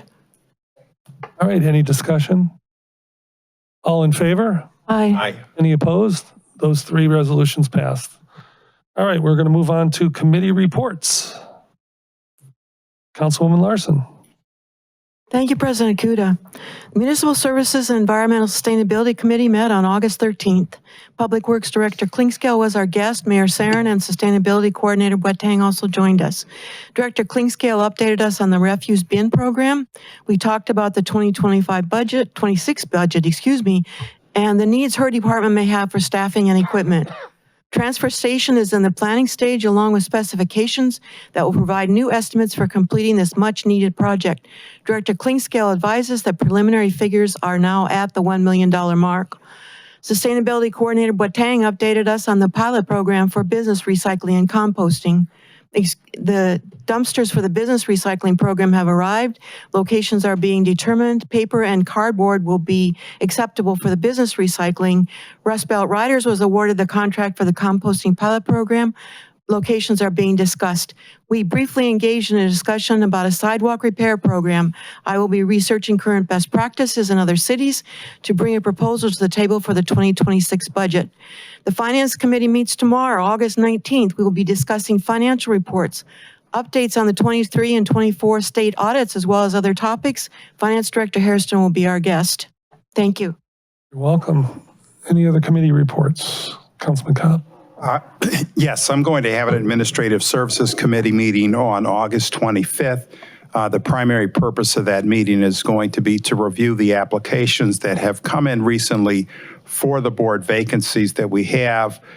Just as a reminder, it's still not too late to get in an application. If you go to the city's website and go to City Council webpage, and there's a link to apply. We have a vacancy for our Board of Zoning Appeals, our Citizens Advisory Committee, our Commission on Aging, our Landmark Commission, and our Environmental Sustainability Committee. And we also have vacancies on our Youth Advisory Recreation Committee as well. Thank you, Councilman. Hold on a second. Any other committee reports? Go ahead, Councilman. Just wanted to let the council know we're still working through schedules for Parks and Rec so that we can get that legislation taken care of. So I'm working with Addie to make sure that we get contact information for everybody in terms of their availability. And actually, I'll save the next one for later. Thank you. Okay, thank you. Councilman Posh. We have a Public Safety and Health Committee meeting tomorrow at 5 o'clock in the executive conference room. Okay, very good. Vice President Russell. Yes, Plan of Development will be scheduling a meeting soon. We're just waiting on a budget update from the Finance Committee regarding the, not the Finance Committee, from the Merchants Association that is being developed for the Noble and Taylor area. Okay, we're going to have a group meeting. All right. Any other committee reports? Any old business? Any new business? Councilman Maddox? Not really business. Just want to let you guys know, due to my schedule, I will not be here at the Thursday meeting I know that we're having this week. Yeah, I'll be out of town. I just wanted the council to know, just in case there were any issues with anyone else's schedule. I didn't want that to impede the meeting going forward. Thank you. Did you need a Zoom link? Yes. Oh, I might as well let you know that is a work day for me, so I won't be able to be here as well. Okay, but Addie, we do have a quorum, correct? Assuming the rest of you guys come. Well, I haven't heard otherwise. Well, I'm just saying, based on what I have not heard otherwise, yeah. Okay. All right, any other new business? Yes, Councilwoman Larson. I'm sorry everybody's left, but I wanted to bring this up as new business for council to consider. Thank you to everyone that so eloquently described the situation for our residents who are immigrants and need legal assistance. I am going to start the work that we need to put in to vet the legislation that will provide funding for legal assistance for those who are detained and those who qualify as residents of Cleveland Heights. We had discussion about that legislation this evening during Committee of the Whole, and also a lot of it this evening. So I'm talking about Section 1, not proposing Sections 2 through 8 at this time, because Section 1 is enough for us to work on that first, and then we'll look at as far as I'm concerned, look at the other sections. Well, thank you for taking the lead on that. Any other new business? All right, so now we're down to council member comments. Councilman Maddox. Just along those same lines, I just want to tell everyone who came in here, thank you. I know we walked into this room late, but about an hour or so. It was an hour. It's one thing to come in here and to discuss your issues and to talk about something that's happening at your home and your neighborhood, but to sit here for hours and to represent and speak on behalf of people who can't speak for themselves is a whole nother thing. And so to see that happen and to see everyone flood City Hall was just amazing. I'm looking forward to leaning into this legislation to see if we can do the work. I'll say it again, and I'm thankful for the people who were at the podium that stated that tonight. That fear of retribution is no excuse, and I stand in the gap for the marginalized. And I know the city that I live in and the people who are passionate about that and what we do. And so being able to take the lead on this for me is huge as a community. And I'm hoping that other communities stand up and stand out and continue to try to formulate what they're going to do. But I think this is a huge opportunity for us to take a lead, stand in a gap, and really speak for those that couldn't speak for themselves. And so I'm looking forward to having that conversation. But again, to everyone that came in tonight, thank you so much for what you said, but also for your patience and your passion for those who cannot speak on their behalf, many of which who are detained right now. And so it's just a blessing to see that tonight. Thank you. You're welcome. Any other council member comments? Councilman Posh? Petrus, I'm sorry. Thank you, Mr. I'm writing President. and I'm not thinking. As many folks know, our council received the results of a salary study earlier this year and passed legislation to give employees a pay raise. Paycheck after paycheck goes by and they still have not received this. I think that this needs to get done as soon as possible without further delay. Just heard again today that employees have not received this, so I hope that the administration will finally work on this. Also, at the intersection of Lee and East Scarborough, there is a white bike, and that memorializes a cyclist who was killed. As if that isn't bad enough, over just a 6-month period, 2 other people were struck and killed by cars on Lee Road. In one of those cases, Mr. David Eisler was standing at the crosswalk in front of the Lee Road Library. He pushed the button, the light turned on, and after he was in the intersection, a car sped through, hit him. He was in the hospital for 17 days before dying. Our city council allocated $250,000 last year for traffic calming. And what was done with that money? 1 speed table was installed on South Taylor before the intersection with Fairmount. Nothing else was done with that money. That is a moral failure on this city's part. I bring this up because this evening we learned that the Halloween festival on Lee Road, which is a wonderful event that I hope that everyone goes to. It's an event where there are tons of children. 2 years ago at that event, Gail and I were both there. I was scared to death that with so many children running out into the street that someone was going to get hit. This evening, we learned that for whatever reason, that road is now not going to be closed. So I hope that anyone who is listening, please reach out to the administration and request that that road be closed for that event. Thank you. All right, thank you, Councilman. Any other council comments? Yes.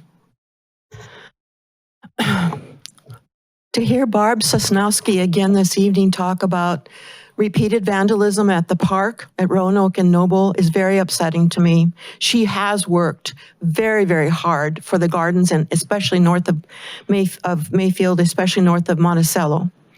I will be asking Chief Britton if the cameras are in place. I'm not sure if they are in place. If they are there, if they are working, and if they can identify the people who have disrespected the work and the love and joy that the people who live in that neighborhood have for that particular little park. I also want to know if better lighting can be installed. So I was glad to hear you say, President Kuda, about encouraging Addie to talk to Director Gonzalez about that issue, because there must be some kind of modern day lighting that we can put in, just even in the park, the contained park that would be a city project we could use from AARP money or whatever. But thank you for encouraging that. Surveillance cameras too. Yes. Yes. I know I spoke already, but that enraged me, and that's crazy. And I just want to say this to every resident in Noble area. We work hard for everything we've ever had over there. We have to fight for the investment, for the budgets. To hear that neighborhood and that park went through that is insane. And so this is for all of my Noble residents, my Noble neighbors. Whether it's a video, whether it's a picture, we got to hold people accountable, whether it's calling on somebody. We can't continue to make investment and then have it roll back. The north side is already behind the 8 ball in terms of development, in terms of investment, in terms of attention. And then to hear that possibly someone in that area has done this to that park is just insane. I just did a walkthrough with the city of East Cleveland and several council members this past week, just talking about vision and strategy and what we could do. And they're coming up with the same issues that now I just heard we have tonight, where you have people coming in who are willing to make this investment, but people who are right there in that neighborhood are also causing harm to some of those things. And so we've got to recognize that it's not just a lack of investment in the Noble area, it's making sure that what we've already have in place is taken care of, and we're holding each other accountable. Whether that's calling law enforcement, taking a picture to say, hey, I saw this. If you see something, say something. But we cannot continue to ask and beg people to invest in the Noble area, and then we turn around and we do this to our own area and our own parks. We really got to say something. It's not just that one park, which is why I'm upset about this. I've heard of 3 other incidents in that area already, just on our side, and countless other incidents on the other side of East Cleveland. We can't talk about what's not being invested there and then allow these things to happen in our own neighborhood and community. Noble has to be better than this. And so if you see something, please call the police. If you're walking down the street or you see something, pull out your phone, take a picture of someone, and so we have some type of information. But this has to stop. We've got development happening right down the street, and at the same time, we're destroying the things that we already have. And that's just complete insanity. We just can't continue to do this. Thank you. Thank you. Madam Vice President? I agree. We can't tolerate vandalism in the Noble area. Most of you all know I've been fighting for that community since I got on council to try to get some revenues and resources there. And as we try to build the Merchants Association so they will have a voice and be able to put businesses back into that community, and development, as I said at their last planning development meeting, I actually walked that neighborhood with County Executive Chris Ronayne to talk about the Save-A-Lots grocery store and all of Noble Road from Euclid to Mayfield of what he can do to help that area. So we've been diligently trying to work to bring resources and upgrade that area. We do not need anyone to vandalize that. This is where we live. This is where we need to be respecting the area in which we live in. So please, whatever you need to do, please be diligent of where you live and how it looks. All right, thank you. Any other council comments? Oh, yes, Councilman Bosch. I just want to let Councilmember Larson know, Safety Committee, we're talking about the cameras. Oh, good. The surveillance cameras. Very good. Lack of working cameras. All right, so here's my president's report. Thank you, the 8 of you that are stayed the whole time. Officer, thank you. Director Hannah, you're a rock. Star. Geez, oh man. And Addie, who's been here since, I mean, you know, you've worked at least 12 hours today. Bless you. So a week ago, we had a Lower Lake meeting. We were on Zoom with Shaker.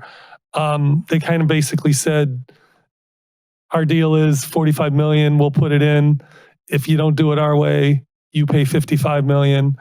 I did not hear any kind of middle ground, although I did hear at least an idea from a council person from Shaker on some middle ground. So let's just say this.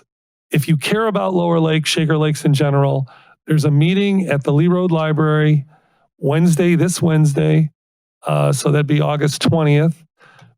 There's one in the morning, 11 o'clock to 1 p.m., and then another one from 5 to 7 p.m. So make sure you go and listen to the sewer district, their proposal, and ask questions and hopefully get answers.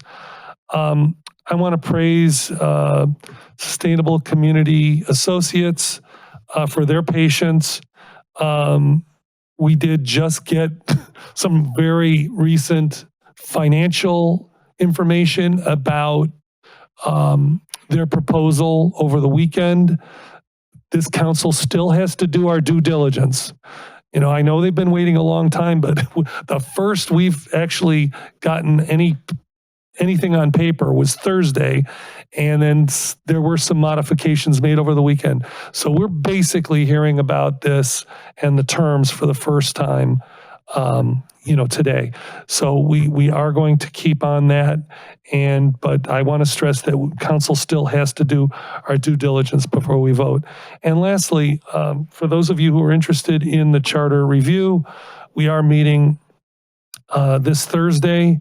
And then we're going to, if all goes well, do a first reading on the 25th, which is a week from today, at a special meeting. And there will be a public hearing on the charter a week from today on August 25th at 6 p.m. So hopefully we'll be able to get you by the end of this week, published on our website, the charter, as it will be amended. You'll be able to look at that hopefully by Friday of this week. And then we have to vote on it. If we want to get it on the November 4th ballot, we have to vote on it September 2nd, which is a Tuesday because Monday is Labor Day. So we're going to meet the first Tuesday. And that is it for my report. This meeting is adjourned at 10:25.